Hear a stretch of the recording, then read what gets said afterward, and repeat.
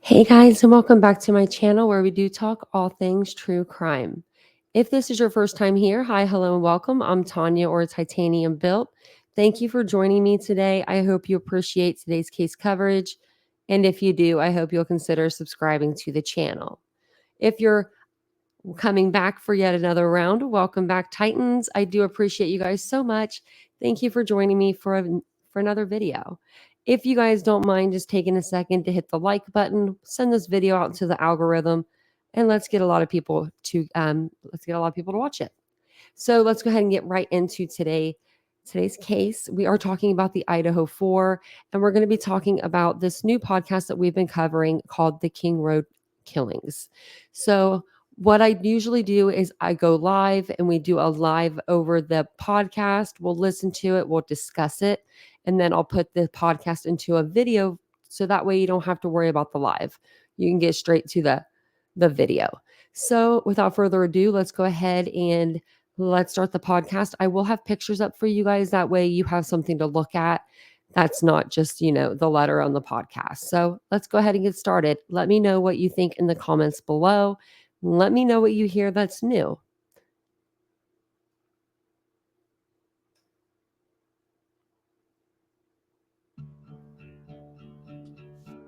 The sun is coming up now. It's gorgeous. It's a gorgeous pink sky. I'm Kana Whitworth. I came back to Moscow, Idaho recently to bring you some updates, sometimes from the wee hours of the morning. We spend a lot of time driving around Moscow at weird times to accommodate all the shows that we file for on ABC. And so we see Moscow in a lot of different lights or really, really dark. I came for a court hearing for Brian Kohberger, the man accused of murdering 4 University of Idaho students in 2022. Kohberger, now 29 years old and a former grad student in criminology, maintains his innocence. In the town of Moscow, the King Road house where the murders took place is gone. It was torn down in December. Early this morning, the home that once stood here on King Road reduced to rubble and taken away. And while some are ready to move forward on the healing journey, others worry that this may all be too soon. The victims' families have retrieved their children's possessions from the house, but there are still some precious items they're pushing law enforcement to return, particularly photos on a cell phone. These are the last moments of your child's life, and you're sitting here fighting with somebody who just doesn't care. In December, the president of the University of Idaho published a book on crisis management, including his handling of the tragedy. So we just received our books, the University President's Crisis Handbook, and we're about to do an opening here and see what they look like. After the initial trial date was postponed from last October, the families are still waiting for their day in court. It's time for a trial, Your Honor. This is the King Road Killings. Update: a longer road to justice.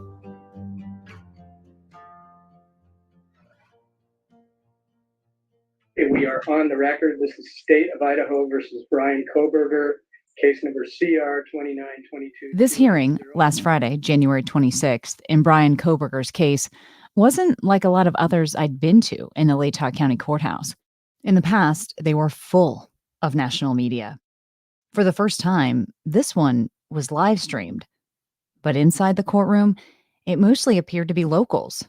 There were reporters from the University of Idaho student newspaper, The Argonaut. There were students wearing Vandal Law sweatshirts and a row full of younger, college-age girls. I sat behind family members of Kaylee Gonzalez and Madison Mogan, who you'll remember were 2 of the victims. The other 2 were Xana Kernodle and Ethan Chapin. In the courtroom, all 7 or so of Kaylee and Maddie's family members were squeezed into one row. They could have spread out. The courtroom was fairly open, but it was like they wanted to be a united front, shoulder to shoulder. And when Brian Kohberger walked in, I saw their heads pop up. He was wearing a charcoal gray suit with a yellow shirt and a yellow tie. His attorney, Ann Taylor, walked in wearing a plum-colored suit. Her long blonde hair was curled. She was joined by a couple of other defense attorneys. The prosecutor, Bill Thompson, was there, along with his assistant prosecutors. His long white beard is probably the first thing anyone notices about him. The hearing was focused on two things. First, the defense had raised a technical dispute. And second, it was time to set a trial date. A trial the nation will be watching for a crime that's plagued this small community for more than a year. On the first issue, the technical one, the defense wants the grand jury's indictment thrown out. They object to how the jury instructions were given. Judge John Judge, yes, that's his name, had already denied that request. But Jay Logston from the defense team wanted him to reconsider it and allow them to appeal to a higher court. What we're asking the court to do is to give us the court's blessing to take up the issue to the Idaho Supreme Court. The prosecution's Jeff Nye argued that an appeal would significantly delay the trial. The idea that we would hit the pause button and take power away from this court because there is a interesting issue for the Idaho Supreme Court to address is not something that this court or any court should tolerate. It's time for a trial, Your Honor. Remember, this is a death penalty case, and in their efforts to sway the judge, the defense tried to illustrate exactly how high the stakes are with every decision the court makes. Whether or not the case makes its way to trial at some point is, in our mind, just part of what the court has to look at, particularly in a case where the state's decided that it wants to try to kill someone. The state's decided that it wants to try to kill someone. It was a dramatic line, but it seemed to fall flat in the courtroom. There wasn't much reaction, except for prosecutor Bill Thompson, who really took issue with it. He pushed back hard. He makes the allegation the state is trying to kill someone here, and frankly, I find that offensive. We are simply trying to fulfill our responsibilities under the law. To characterize it as the state is trying to kill someone is just simply appealing to raw emotion, and it has no place in this courtroom. We would ask that that not be allowed any further. Ultimately, the judge denied Brian Kohberger's request for an appeal over the grand jury instructions. The judge agreed with the prosecution that an appeal would only stall the process, and if the indictment were thrown out, another grand jury would almost certainly re-indict him. We really need to move forward. And then they moved on to the one thing everyone had been waiting for. I think we are ready to go to setting a trial, or at least a schedule. The judge approached this cautiously. He knows how many people, both inside this courtroom and around the country, are invested in this trial getting started. The courtroom was silent, in rapt attention. The prosecution proposed a start date. At this time right now, we believe that we could be prepared for trial summer of this year. They said summer would be less disruptive for the community. And I say that because right across the street there is Moscow High School that shares parking all around the courthouse with everybody else who's going to have an interest in this case and being here. And we've already encountered the conflict between those interests. We can't sustain that for weeks and weeks on end. That's just not fair to the students. It's not fair to the school district. It's not fair to the media. It's not fair to anybody. The prosecutor also cited the lack of hotel rooms to put up all the expert witnesses and media and other people who will jam into this small town. The defense had a potential solution to that dilemma. They said they planned to file for a change of venue, and this week, they did just that. Kohberger's attorneys wrote in part, "A fair and impartial jury cannot be found in Latah County, owing to the extensive inflammatory pretrial publicity." As for the timing of the trial, Kohberger's lead attorney, Ann Taylor, said summer of 2024 wasn't realistic in any way. Her proposal, summer of 2025. Then, Taylor launched into a lengthy list of all the work she still has ahead of her to be ready for trial. Remember the 51 terabytes of evidence collected by investigators? Kohberger's defense attorneys have to go through all of it. To put it in perspective, 1 terabyte can hold 250,000 pictures. 1 terabyte, and we have 51 of those. Or 500 hours of high definition video. So 500 hours times 51, or 6.5 million document pages. And that's equal to 1,300 filing cabinets. And we have 51 terabytes, not just 1. So That's a lot. There's a lot to go through in this case. Taylor also said there are 400 potential witnesses, and they've talked to fewer than 10% of them. She said many don't want to talk to her, and crucial expert witnesses haven't been hired yet. Since the murders took place, 9,000 tips have come into the FBI, and the defense has to review all of them. As Taylor was listing all the things she'd need to do to prep for Kohberger's trial, there was a moment where she looked down at her client, and he looked back up at her, wide-eyed, taking it all in. But as Taylor went through her list, the judge looked a little bored.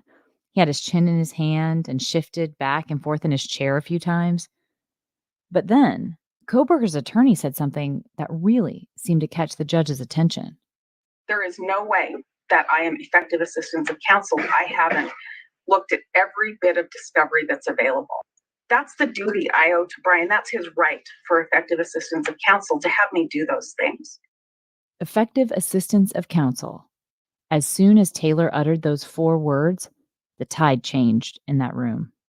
It's something the judge is alert to, because if Kohberger is convicted and can later prove his attorney made a big mistake, he could appeal the case and get retried, and the judge doesn't want that to happen. I only want to have one trial, one time, so it doesn't come back. One trial, one time. It's something he said over and over again. So bottom line, the judge doesn't want to rush the defense. At the same time, this quadruple homicide happened in November of 2022. A trial in 2025 means making the victims' families wait nearly 3 years for their day in court.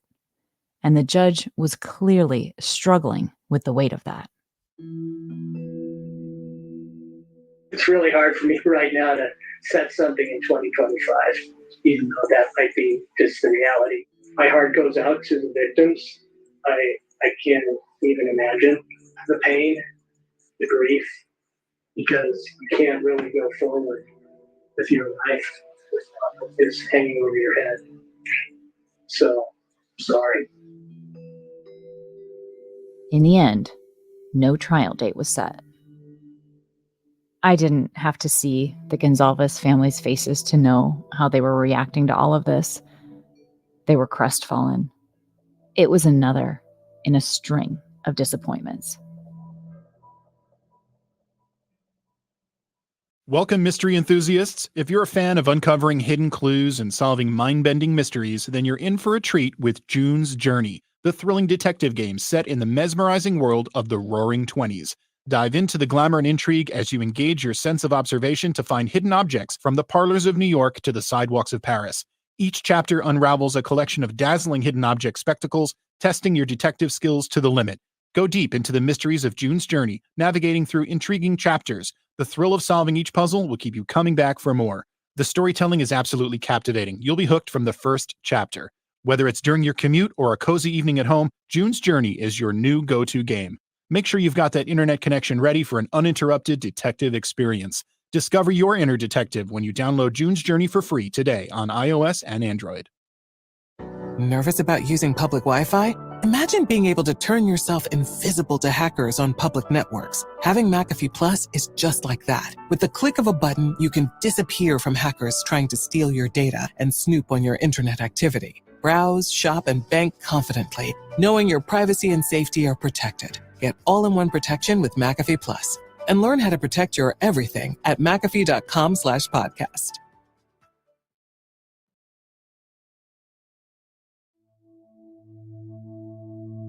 All the victims' families have been waiting for a court date. Before our visit to Moscow, we reached out to them. Ethan, Xana, and Maddie's parents declined to be interviewed at this time, but Kaylees' parents, Steve and Christy, were willing to meet with us.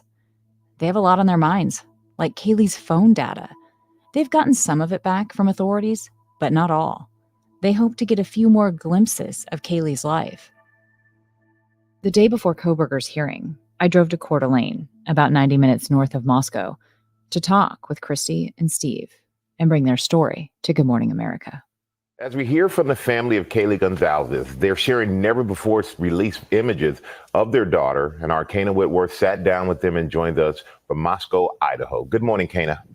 Michael, good morning. An incredibly emotional conversation. Kaylee's mom says she feels like they've been in limbo now for more than a year. And while we set up our cameras in an Airbnb. There's a lot going on in the Gonzalez household these days with 2 new grandbabies, and we wanted a place where they could talk without any interruptions. Christy had her makeup and hair done. She was wearing several necklaces, and one that stood out to me had the letter G on it for Gonzalez. Here we go. You guys okay? Yep. As we were getting ready to start, Steve gave Christy a little kiss on the cheek, like he always does, and then she cozied into him, and we started rolling. Since we've met each other, I promise I'm not going to ask the question of how are you, but where are you? So where are you right now? Just one day at a time. It's already been over a year, and I mean, we have felt every minute of that year. Christy and Steve are both eager for the trial to get started, and they say they'll fight to the end to get justice for Kaylee. But the case is out of their hands. It's just really hard to put your trust, your hope, your faith in the hands of other people. Yeah. It's so hard. Your life is out of control. When you can't have control of your own life, it's out of control. You just get used to letting them represent your child, but they're going to do it in their own way. They're not going to do it in the way that you would do. So you just have to roll with that. But it just makes it that much more that you want it to be over with, so you can have control of your own life. The Gonzalez family has also felt at odds with the University of Idaho in how it's communicated with them. And it was a bit of a surprise to them when the murders showed up as a chapter in a book co-authored by the University of Idaho's president, Scott Green. The book came out this past December and was titled The University President's Handbook of Crisis Management. Here's a clip from a promotional video on the university's website. When I started as president at the University of Idaho in 2019, I knew there were challenges awaiting, but no one could have predicted that our community would have to manage 3 major crises in 4 years. Did you know the president was going to publish a book that would have a chapter about the murders? He sent an email one time saying that he was. The chapter is dedicated to the 4 victims, and President Green writes that there isn't a day that goes by that he doesn't think about them. Proceeds from the book will go to funding a healing garden on campus. I'm going to share a passage with you that stood out to me. He writes, one metric that would determine how well the university handled the crisis would be spring enrollment. And on January 27th of 2023, the university reported that spring enrollment at the University of Idaho was up. Undergraduate enrollment increased by 3.5%. Business over justice. That's really what that's saying. We had a job and we got to get our enrollment numbers up. I've never been able to interview President Green, and I've been asking him since the day after the murders. ABC's requests to speak with him about his book were also declined. But a spokesperson did respond, writing, "We recognize this entire situation is the most emotional for the families of the victims. The book is not intended to diminish that in any way, but to speak to how the University of Idaho responded and kept its entire student body and staff, as well as the victims and their families, at the forefront of all decisions." One small world connection that we learned that wasn't in the book is that President Green's family once owned the King Road house. They bought it in the late 60s and sold it in the early 70s when the president was a small boy. It was one of several properties owned by the family. We were told by the university that President Green has no memories of the house and did not grow up there. To Kaylees Parents, though, not mentioning such a personal connection to the home where their daughter was killed seems remarkable. Just come out. I mean, you can't help but if your family owned an investment property, let's nothing be ashamed of. Just come out and own it. Quit doing these sealed documents. Everything is just so secretive. And just a few weeks after the book came out, 1122 King Road became a point of contention between the Gonzalez family and the university again. This time, the fight would be about the fate of the home itself.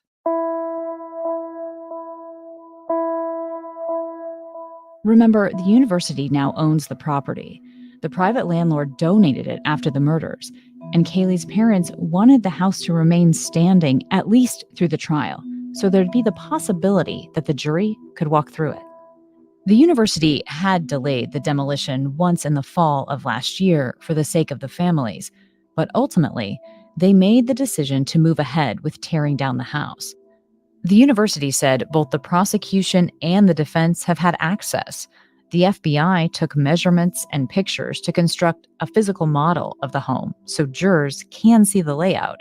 And according to a university press release, neither the defense nor the prosecution asked for the home to be retained. Ethan Chapin's parents released a statement saying, "We're supportive of the decision to take down the King Street house for the good of the university, its students, including our own kids, and the community of Moscow." Remember, Ethan didn't live in the King Road house, but his two surviving triplets still attend the University of Idaho, and you could see the home from the Sigma Chi frat house where Ethan's brother Hunter is a member. For the University of Idaho's part, they put out a press release on December 14th of last year that quotes President Green, saying, "The house is the grim reminder of the heinous act that took place there."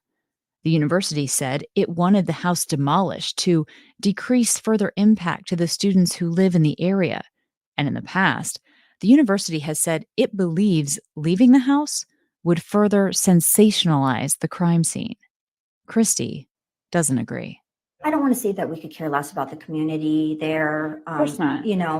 But the way, from my understanding where the house is, it's not like smack dab where everybody has to drive. It's kind of in a location that you really only have to go by it if you want to, or if you live right there. It's awesome. You don't have to go by that house. And I understand being a neighbor. I do sympathize with that, but That shouldn't have been I don't a know. priority.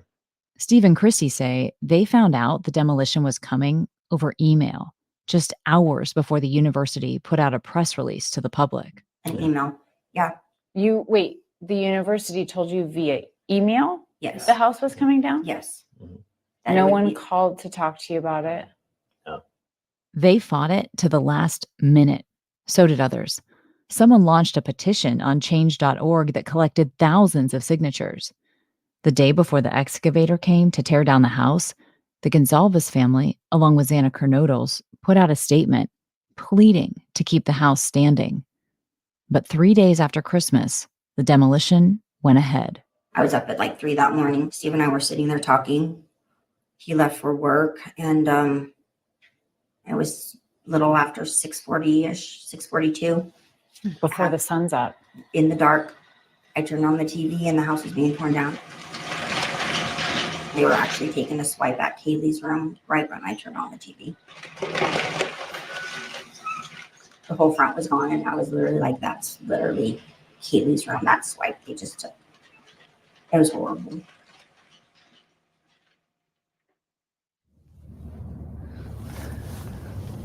Here we go.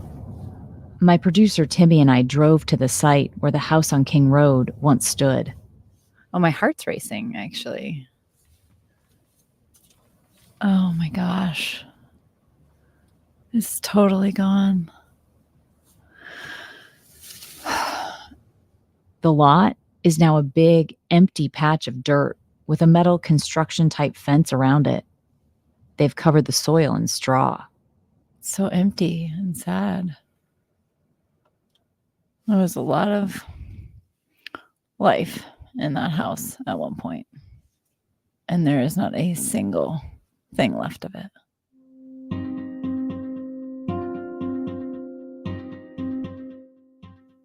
Kaylees' parents, like the other victims' families, did get to retrieve their daughter's belongings from the house before it was torn down. But they've been critical of the way law enforcement has communicated with them. The one reason why we felt like we had to get legal counsel is because we went and we asked multiple times, like, what items do you have of hers? I want you guys to listen here on how they were able to retrieve their personal belongings of their loved ones, how it was set up, what kind of building, What kind of scenery? I can't even imagine. And they refused to give us even a list of the things that they took of our daughters. Like what things were like we taken know into evidence? There's just things missing that are not anywhere, and they don't even say that they're coming back to us. They don't even acknowledge they have them. ABC News reached out to law enforcement in Moscow to ask about this, but there's a gag order in effect on the case, preventing the authorities from talking with us. But for the belongings that were returned to the Gonzalez family and the other victims' families as well, the university staged a modular home with all the contents released by investigators. Family members could walk through and gather what they wanted to take home. Christy describes the scene. It was kind of like a garage sale style, like tables. There was a living room area. There was the upstairs bathroom. So everything from the upstairs bathroom was Kaylee and Maddie's. There was, the kitchen. I mean, even the food items. It was dark inside, and Christy and Steve say they were given headlamps to see the items they were supposed to pick up. The modular home had all the contents of the house laid out, like a snapshot, frozen in time, from November 13th, 2022, the day of the murders. Even the dirty dishes, like exactly how they were bagged up in clear plastic bags and in the kitchen area of the modular. So like literally moldy dishes that were in the sink. The way things were labeled felt impersonal to Kaylees parents. Nothing said Kaylee. It was all bedroom number 2. So our daughter is bedroom number 2. And the waste paper basket in bedroom number 2 was still full of trash. Her little garbage can in her bedroom with her garbage in it. Laying on top was a little squeezy applesauce thing like you would give to like a toddler. Yeah. I'm like, Kaylee with their little squeezy applesauce thing right on top. Wait, but I'm sorry. Was the trash can full? Yeah. It did not appear to have been gone through. And that made Steve and Christy question whether all the evidence had really been collected. Now, Kaylee and Maddie's bodies were found in Maddie's room, and the trash can was in Kaylee's room, where none of the victims were located.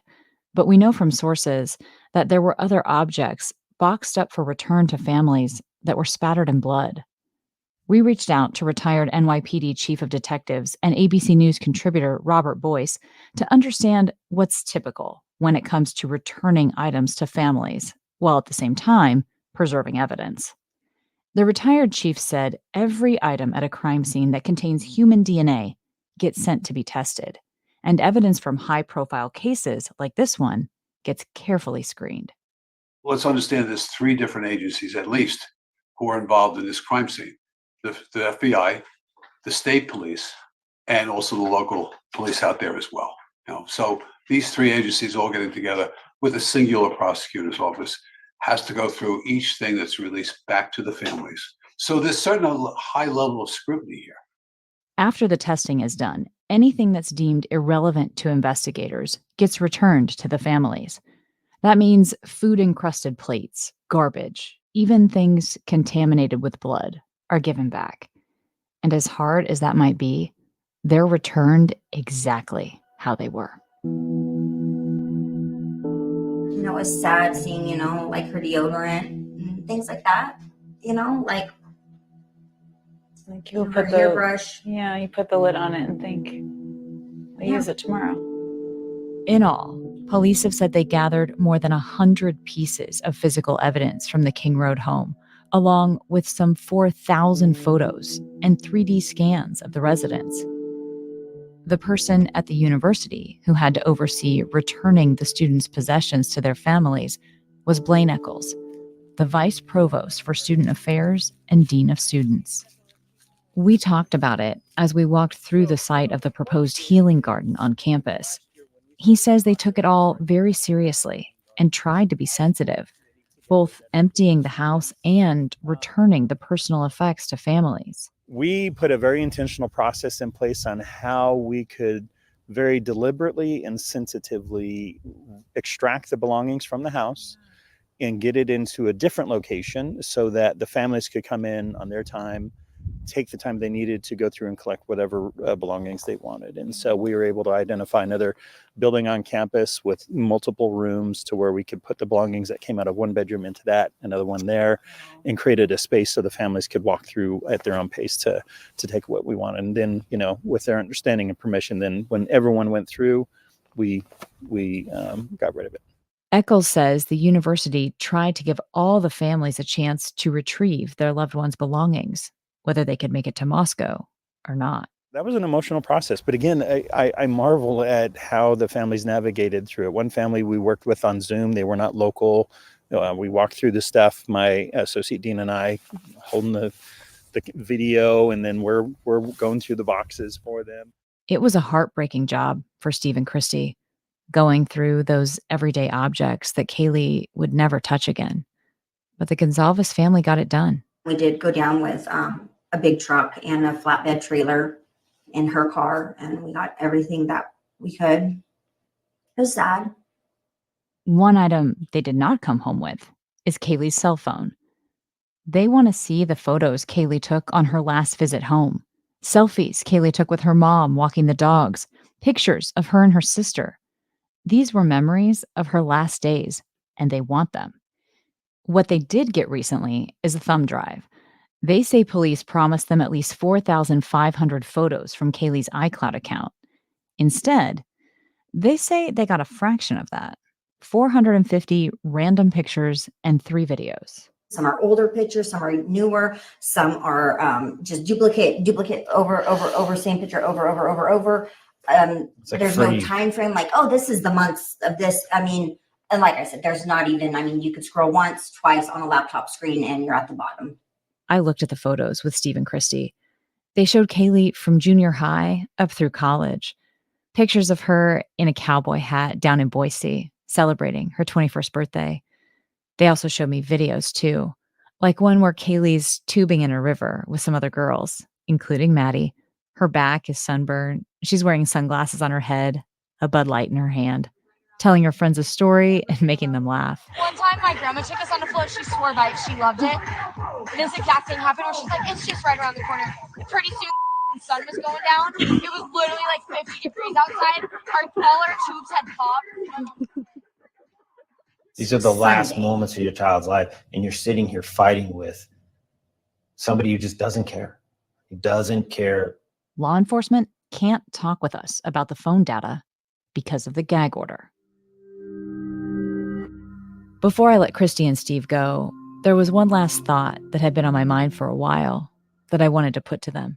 The man accused of killing your daughter had a birthday In November. in the Latah County Jail. You've had 2 grandbabies, and Kaylee didn't get to see her birthday. No. His birthdays are going to come to an end too. But we just got to get this case over. We got to get a schedule. Let's stop playing these delay tactics. Let's just get it done.